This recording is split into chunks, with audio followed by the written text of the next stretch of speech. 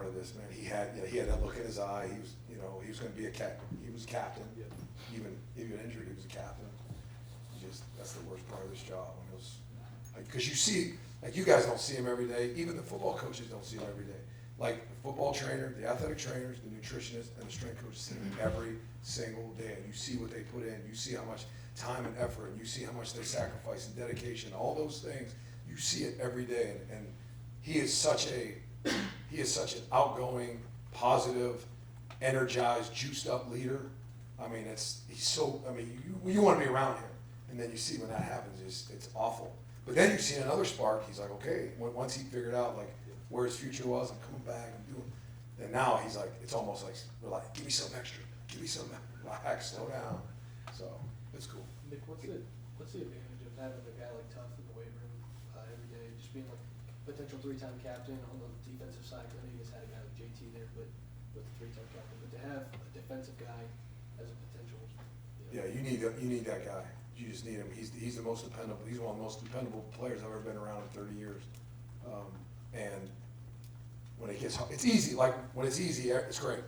But when it starts getting hard and starts getting into that week 5, 6, 7 where you're really grinding, you need leadership like that. And the younger players know that they have somebody to lean on and somebody to look back and say, hey, how do you get through this? Or what should I do? Or, and he's the epitome of what a collegiate athlete is in terms of preparation and training. And he wants to be a strength coach, so obviously he knows what he's doing. You said that some of those things come naturally, but for him, was it just a progression, or was it a natural? It was a progression. It wasn't natural for him. It was hard. It's hard. Being a leader is hard because people say, well, he's a vocal leader. To me, there's no such thing. If you're going to be a leader, you got to have all 3 qualities. You got to be seen, you got to be felt, you got to be heard. If you don't have those 3, you're not a leader. Like when the NFL scouts come in, how does he lead? Vocally? I'm like, I don't know what that means. Does he do the other 2? Then if he's vocal, yes, then he's a leader. But anybody can cheerlead. That doesn't mean you're a leader. Just, let's go. Like, you got to be seen, felt, and heard all at the same time. That's what a leader does. That's what Justin's got to do. That's what some of these players, now Chris Olave now all of a sudden is the leader. Let's go. Like, you got to be seen, felt, and heard. So that's what we're trying to teach them through this time now. Because if they get it here in the next 8 weeks, they'll take that through spring ball, they'll take that through summer training, take it through August, and then hopefully they're ready to rock and roll in the season. So. Did you see the J.K. Dobbins attitude Yes. change other people? I mean, it did. But see, like J.K., for example, great worker, great dude, great teammate, but he really wasn't that good of a leader because he was heard because he's outgoing, but he wasn't felt. He wasn't seen. He was, but he wasn't. So we worked on those over the summer for him to be a better leader. Yes, individually he's ready to, he has a chip, but if everybody can lead each other and everybody can follow each other and everybody can be a great teammate for each other, then remember I said you got 2 things. You got the personal development of each player, and then you got the team building aspect of it. And we kind of do it simultaneously. And then once the coaches get off the road and we start getting into our mat drills and our training and our conditioning sessions as a team, things really start. And then as a coaching staff, you start talking about how we can help this group or how we can help this group or what this guy needs. And then you really start talking, and because you don't know until you're in it. Like everybody signs up to be. Everybody signs, yep, I want to do this. And then once they figure out what it is, like, whoa, this isn't what I signed up for. So as you go, then you know who. Does that make sense? You're obviously not on the field with the DBs, but that's the group that's getting a lot of attention on because they lost 3 players. What are your impressions of those guys, the younger guys? They got a lot of work to do. There's no doubt. They got a lot of work to do. The young guys don't know. It's obviously Sean Wade's back. He knows what he's got. He knows. I sit down with every player that week that they got back from school. Every player. We talk about goals. We talk about how you can help the team. We can talk about what your value is, what you need to do this offseason. We write it down. We have objective goals. We have the subjective goals. And we talk about all different things. They have, this is big, it's a big winner for them. They have to. Obviously, now Kerry's back and he recruited a lot of these guys, so, hopefully there's a connection already, but again, it's every day. You're here, you need to get there, it's not gonna be a straight line. It's not going up and across. It's not gonna go down and across. It's gonna be like this. It's gonna be peaks and valleys every day, because you're talking about 17, 18, 19, 20-year-old young men that think they know, some do, some don't, and they're just growing. And that's the really fulfilling part of my job. It's not just the lifting and the running and all the physical stuff. It's that mental, just see that mental and emotional development that they make over a period of time, which is ridiculous. I mean, you can just go back since we've been here, I've been here. It's crazy to see the development. From what you've seen of those guys, how likely is it that they're going to rise to the occasion? Well, again, I'm a history guy, so you learn from history or you're condemned to repeat it. So we've had that same thing at 16 where those young guys had to step up. So hopefully they're gonna repeat what the guys in 16 did. You know, when we lost all that one group, and that other group stood up like, whoa, where'd these guys come from? So I'm leaning on history and controllable factors of how we control what they do, how they do it, where they do it, when they do it, and then they control those things. We talk about just, you know, being a tough guy isn't being a bully or being a physical guy that pushes somebody or after a play or whatever. Being a tough guy is doing what you're supposed to do, when you're supposed to do it, how you're supposed to do it, and where you're supposed to do it at every single day. And if they can do that, then they're gonna improve, they're gonna reach their genetic potential as best they can. And really, that's all we can ask for. Just see how it goes. Separating those freshmen from the rest of the groups, is that something you guys have always done? Is it only because of the size of it this year? No, we always do, but we start integrating them a little bit faster based on their fitness levels.